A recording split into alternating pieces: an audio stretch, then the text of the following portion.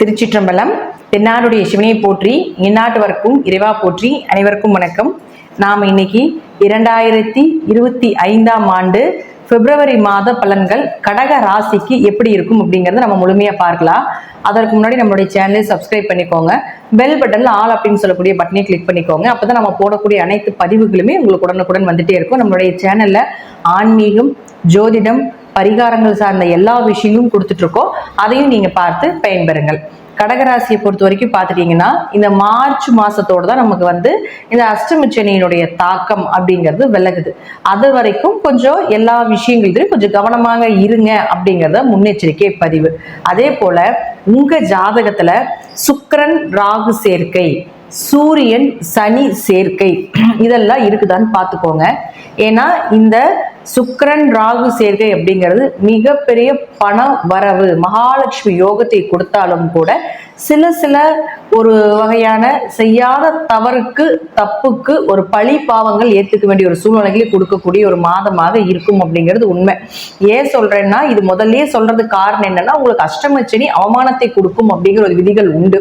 அவர் போறப்போ இந்த சுக்கிரன் ராகு சேர்க்கை இந்த காம்பினேஷன்ல உங்களுக்கு ஏதாவது ஒரு பாதிப்புகளை கொடுக்க கூடாது அப்படிங்கிறதுக்காகவும், அதே போல உங்க ஜாதகத்துல சுக்கிர திசையோ, ராகு திசையோ, சுக்கிர புத்தியோ, ராகு புத்தியோ, சுக்கிரன் ராகு சாரத்தில் இருந்தாலோ, ராகு சுக்கிரன் சாரத்தில் இருந்தாலோ, அல்லது ராகு இருக்கக்கூடிய வீட்டிலிருந்து 1ஆம் வீடு, 5ஆம் வீடு, 9ஆம் வீடு இந்த 3 இடத்தில் சுக்கிரன் இருந்தாலும் சுக்கிரன் ராகு காம்பினேஷன் அப்படிங்கிறத நம்ம எடுத்துக்கணும். அப்போ இதெல்லாமே உங்க ஜாதகத்தில் இருந்தால் கடகராசி அன்பர்களே கொஞ்சம் இந்த மாதம் கொஞ்சம் கவனமா இருங்க. ஆண்களாக இருந்தால் பெண்களிடமும், பெண்களாக இருந்தால் ஆண்களிடமும் இளம் பருவம், இந்த பருவத்தில் இருக்கக்கூடிய ஒரு அமைப்பில் இருக்கக்கூடியவர்கள் உங்களுடைய மொபைல் சார்ந்த விஷயத்துல, அதே போல உங்களுடைய சேஃப்டில ரொம்ப கவனமா இருங்க. எப்படியும் உங்களுடைய தேவையில்லாத பிரச்சனைகளுக்கு இந்த சுக்கிரன் ராகு ஏற்படுத்தி கொடுத்து விடுவார் அப்படிங்கிறது சொல்றோம்.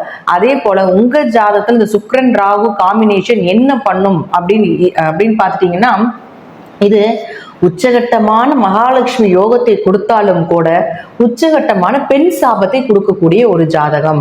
அப்போ உங்க பங்காளி உறவுகள், உங்க வம்சத்துல, உங்க குடும்பத்துல எல்லாத்துலயும் பார்த்துட்டீங்கன்னா பெண்கள் சார்ந்த விஷயங்கள் எல்லாமே ஒரு ஃபெயிலியர்.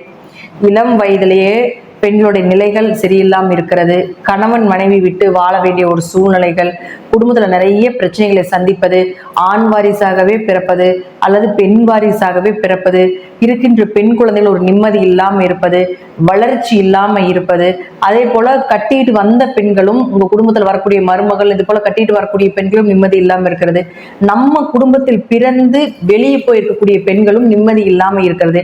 இதெல்லாமே பெண் சாபத்தினுடைய அறிகுறிகள். இதுலயே நீங்க தெரிஞ்சுக்கலாம் உங்க ஜாதகத்துல சுக்கிரன் ராகு காம்பினேஷன் இருக்குது அப்படிங்கறத தெரிஞ்சுக்கலாம்.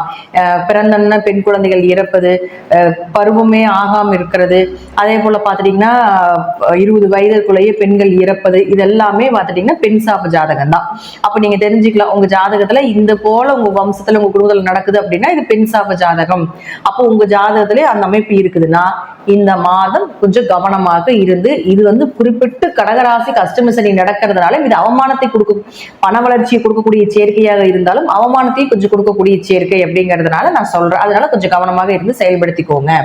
இப்போ உங்க பாத்தீங்கன்னா 2ஆம் அதிபதி சூரியன். இந்த சூரியன் பாருங்க உங்களுடைய ராசிக்கு 7ஆம் இடத்துல இருக்கார். எத்தனாம் தேதி வரைக்கும் அப்படின்னு பாத்துட்டீங்கன்னா 12ஆம் தேதி வரைக்கும். அப்போ உங்களை 2ஆம் அதிபதி 7ஆம் வீட்டுல இருந்தா ஏதாவது ஒரு வழியில பண வரவு, நீங்க உங்களுடைய நல்ல நல்ல விஷயங்கள், பணம் சார்ந்த விஷயங்கள், குடும்பம் சார்ந்த விஷயங்கள், பேச்சு சார்ந்த விஷயங்கள், நீங்க ஒரு இடத்துக்கு போறீங்க, உங்க பேச்சுக்கு மதிப்பு கொடுக்கணும், ஒரு பஞ்சாயத்துக்காக போறீங்க, நீங்க சொல்லக்கூடிய விஷயங்கள் எதுவாக இருந்தாலும் உங்களை மற்றவர்கள் நம்பணும் அப்படின்னு நினைச்சீங்கன்னா நீங்க இதெல்லாமே 12ஆம் தேதி வரைக்கும் வைத்துக் கொள்ளலாம்.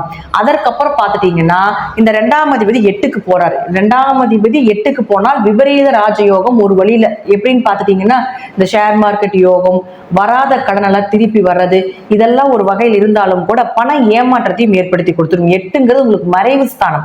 அப்போ யாரோட அங்க சேர்றாருன்னு பாத்துட்டீங்கன்னா 8ஆம் அதிபதியோடய சேர்றாரு. அப்ப 8 குறைவரோடைய 2ஆம் அதிபதி சேரும் பொழுது விபரீத ராஜயோகங்கள், திடீர் பண வரவு இதெல்லாமே ஏற்படுத்தி கொடுக்கும். முயல் சொத்து வர்றது, இதுல எல்லாமே பூர்வீக சொத்துல பிரச்சனைகளா இருப்பது, இதெல்லாமே இருந்ததுன்னா 12ஆம் தேதிக்கு மேல வம்பு வழக்குகள் மூலமாக வரக்கூடிய விஷயங்கள் எல்லாமே 12ஆம் தேதிக்கு மேல கிடைக்கும்.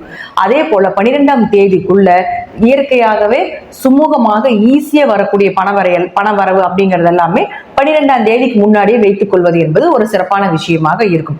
அடுத்தது பாருங்க, உங்களுக்கு புதன்.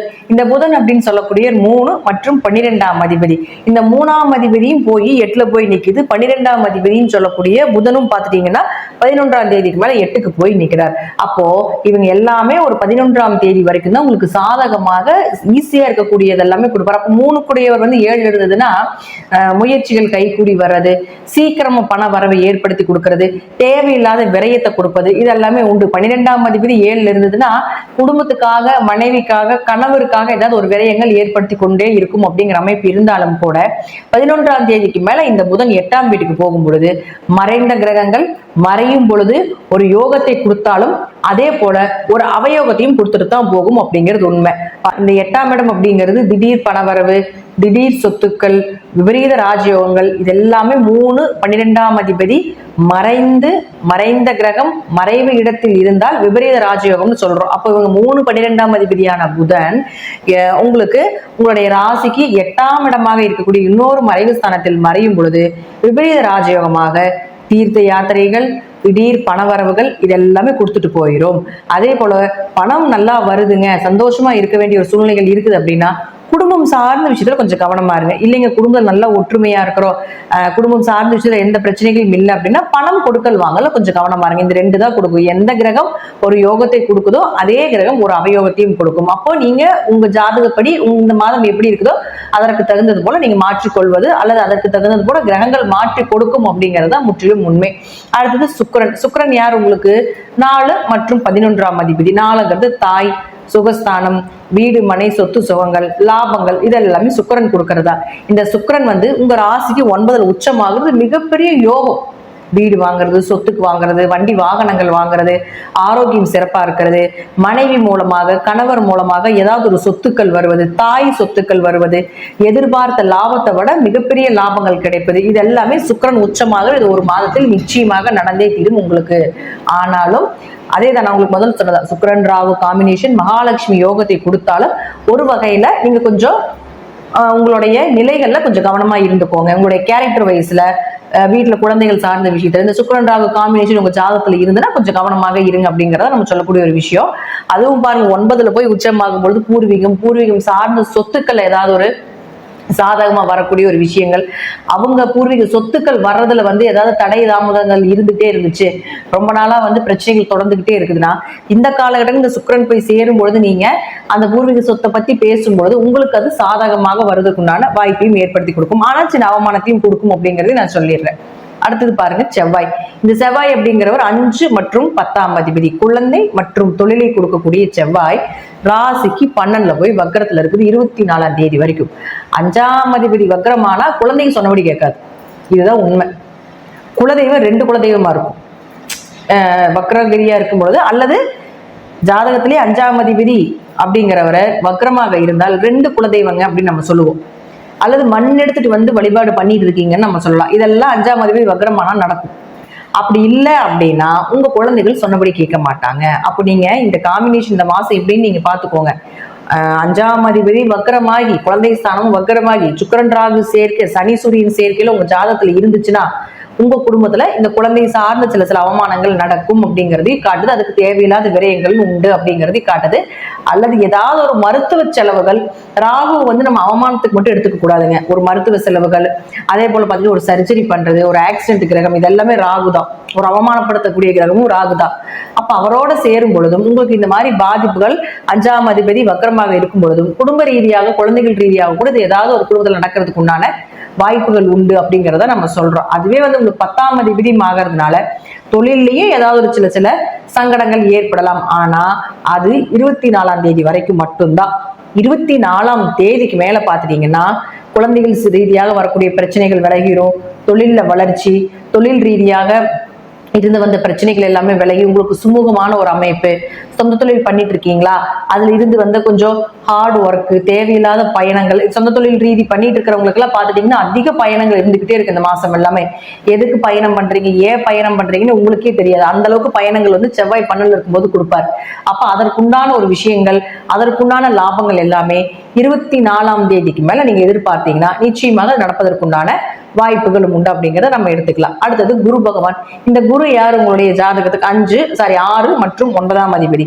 இந்த 6ஆம் அதிபதினு சொல்லக்கூடிய குரு பகவான் உங்களுடைய ராசிக்கு 11ல இருந்து வக்கரத்துல இருந்துட்டு இருந்தார். இப்போ பிப்ரவரி 4ஆம் தேதிக்கு மேல வக்ரம் நிவர்த்தி பெறுகிறார். அப்ப அந்த வக்ரத்தினுடைய ஒரு கெடுபலனை உங்களுக்கு சுத்தமா 4ஆம் தேதிக்கு மேல இருக்காது அப்படிங்கிறதா உண்மை. அப்ப 6க்குடையவர் 11ல் இருந்தால் நல்ல வேலை, எதிர்பார்த்த வேலை. 6னா உத்தியோகம், 6னா கவர்மெண்ட் எக்ஸாம் எழுதுறது, 6ஆம் இடம்னா கடன், நோய், வழக்கு, வம்பு வழக்குகள் எல்லாமே சொல்றது 6 தான்.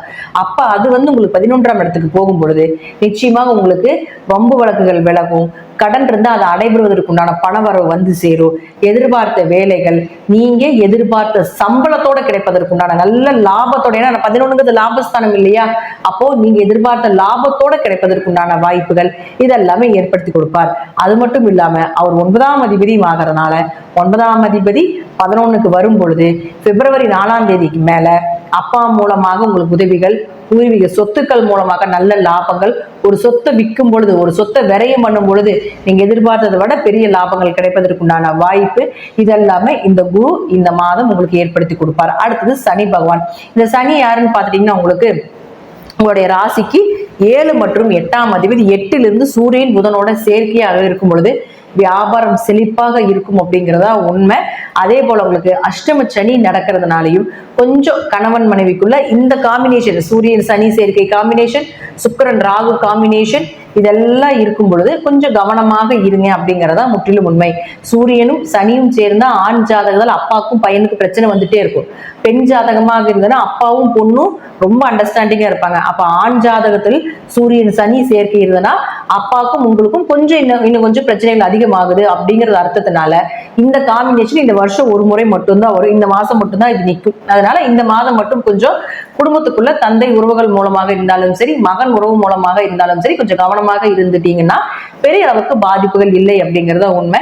இருப்பினும் கடகராசிக்கு போகக்கூடிய காலகட்டத்துல சனி பகவான் ஒரு நல்லதை செய்து கொண்டுதான் இருப்பார், நல்லதை தான் கொடுத்துட்டு போவார் அப்படிங்கிறத முற்றிலும் உண்மை.